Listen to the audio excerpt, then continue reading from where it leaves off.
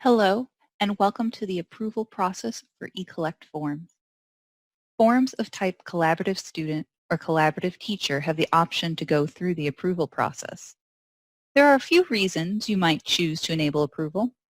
The most common is that you want a staff member to review a submission made by a parent before the data in the PowerSchool fields linked to the form are updated. Another reason you may choose to enable approval is to provide a response to a submission. For instance, you have a course change request form submitted by a student. An approval of the response could represent agreeing to the student's request, while rejecting the response would indicate the course will not be changed. In either case, no PowerSchool fields would be updated.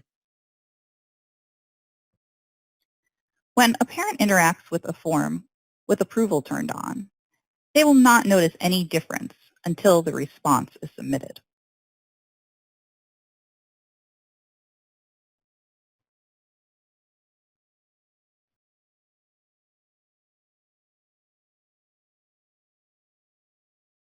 They will be notified via a dialog box that the response is pending.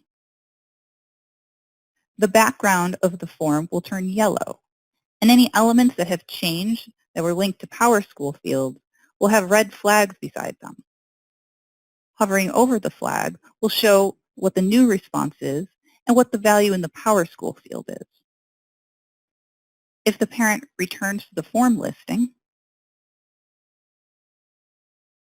the form will have a status of pending and be highlighted yellow. Once the parent has made their submission, the administrator can review the response.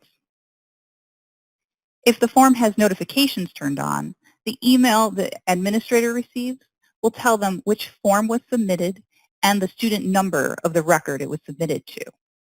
The administrator can enter the student number of the record into the search field in PowerSchool to pull it up.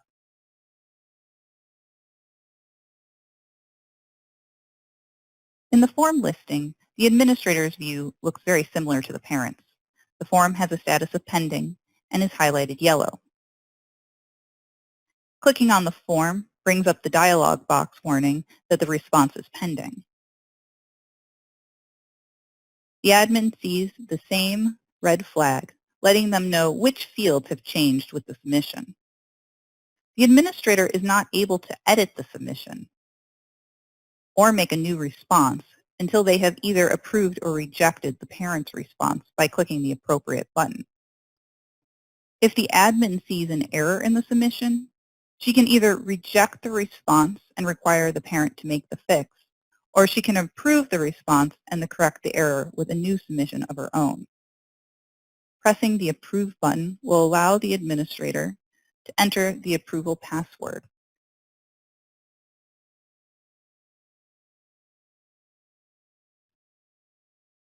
Once approved, the form's background returns to white, and the form status becomes approved. If the administrator would prefer to review responses on a form-by-form basis instead of a student-by-student basis, they can review the response reports.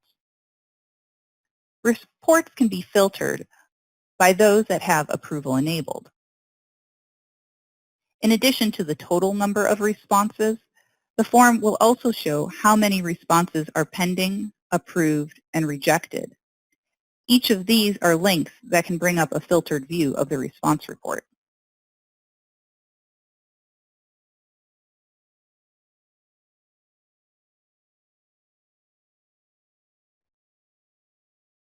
To view a pending response, the admin can click on the student number to view the form as it was submitted by the parent.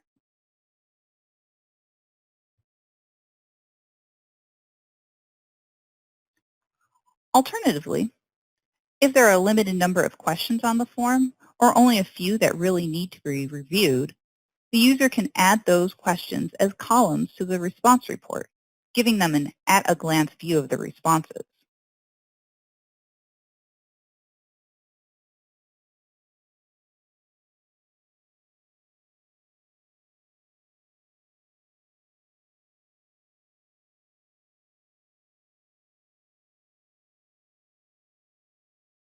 The same red flags will appear to provide feedback for the admin.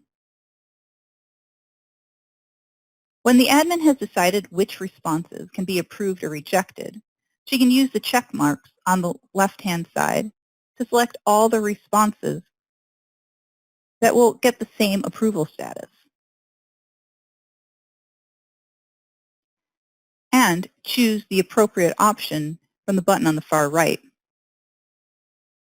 The user will then only have to enter the password one time for all the selected responses. If the response is being rejected, the admin has the option to enter a reason for the rejection.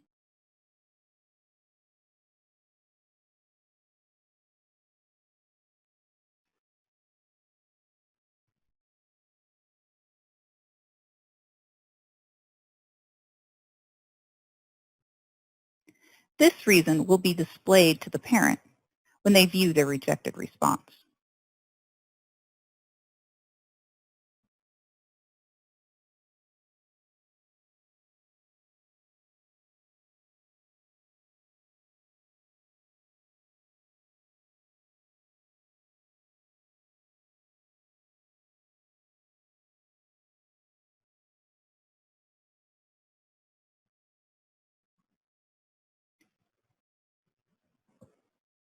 Thank you.